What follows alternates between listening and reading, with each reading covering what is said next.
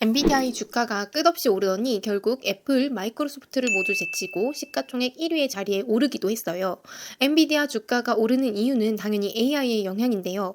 그렇다고 AI 반도체 관련 회사가 엔비디아만 존재하는 건 아니에요.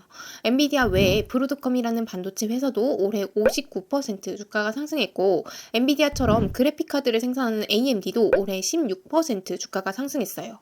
이에 비해 엔비디아는 올해에만 무려 171% 주가가 오른 건데요. 다른 반도체 관련 회사들도 많지만 왜 유독 엔비디아만 이렇게 크게 주가가 오르고 있는 걸까요? AI 열풍 속에서 엔비디아는 고성능 그래픽 장치를 거의 독점하다시피 하고 있기 때문입니다. 챗 GPT가 출시되면서 생성형 AI 열풍이 일어났죠. 사용자들의 엄청난 관심을 받았고 수많은 기업들이 AI 사업에 뛰어들었어요. 구글은 챗 GPT에 대응하기 위해 빠르게 제미나이를 출시했고요. 또 테슬라의 CEO인 일론 머스크는 AI 기업을 설립하기도 할 정도로 미래 산업으로 AI가 떠오른 건데요. 그런데 생성형 인공지능을 만들기 위해서는 고성능 그래픽 장치가 상당히 많이 필요해요. 실제로 챗 GPT의 GPT-4를 만들 때 엔비디아의 H100 모델 GPU만 무려 10,000개가 사용됐다고 하고요. 여러 기업들이 AI 개발을 진행하면서 엔비디아의 GPU, 특히 H100 모델은 재고가 없어서 못 구할 정도라고 하고 있죠. AI 회사를 직접 설립한 일론 머스크는 인터뷰를 통해 GPU는 현재 마약보다 구하기가 훨씬 어렵다고 말할 정도였으니까요. 생성형 인공지능 개발에 꼭 필요한 고성능 GPU를 전 세계 공급량의 90% 넘게 엔비디아가 독점하고 있으니 이런 이야기가 나오고 있는 건데요. 이런 상황이다 보니 생성형 인공지능 시대의 시작과 함께 엔비디아의 주가 상승은 어쩌면 당연했던 결과라고 볼 수도 있을 것 같아요. 많은 곳에서 수요가 넘쳐나는데 공급이 부족한 거죠. 그 결과 당연히 엔비디아의 이번 1분기 실적은 최고치를 찍었습니다.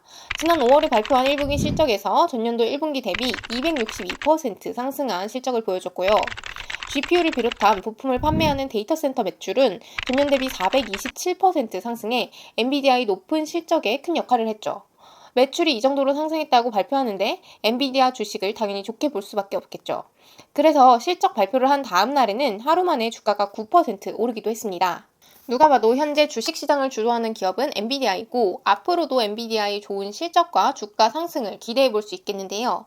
반면 월스트리트 저널에서는 이 상황을 걱정하기도 했습니다. 그 이유는 바로 2000년 닷컴 버블 당시 상황과 지금의 엔비디아 주가 상승 상황이 비슷한 부분이 많다는 이유 때문이었어요. 엔비디아와 비교하고 있는 기업은 바로 닷컴 버블 당시 시스코라는 회사인데요. 닷컴 버블이 터지기 전 인터넷 혁명에 열광했던 1990년대 말 시스코는 네트워크 장비를 공급하는 기업으로 빠르게 성장하고 있었죠. 그게 어느 정도였냐면 1995년 22억 달러였던 시스코의 매출은 5년이 지난 2000년도에 189억 달러로 8배 넘게 늘어났고요.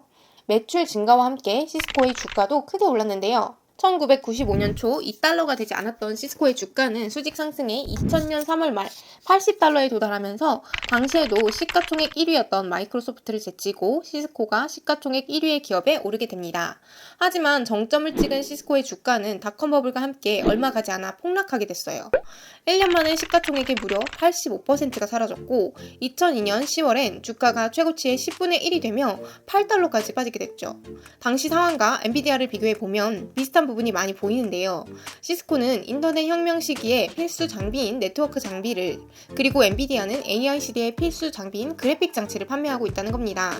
또 주가가 빠르게 오르면서 시가총액 1위의 자리에 올랐던 것도 동일한데요. 이러한 유사한 부분 때문에 엔비디아 주가 상승이 거품이 아니냐 혹은 닷컴 버블 당시의 상황이 재현될 수 있는 게 아니냐고 우려하고 있는 거죠.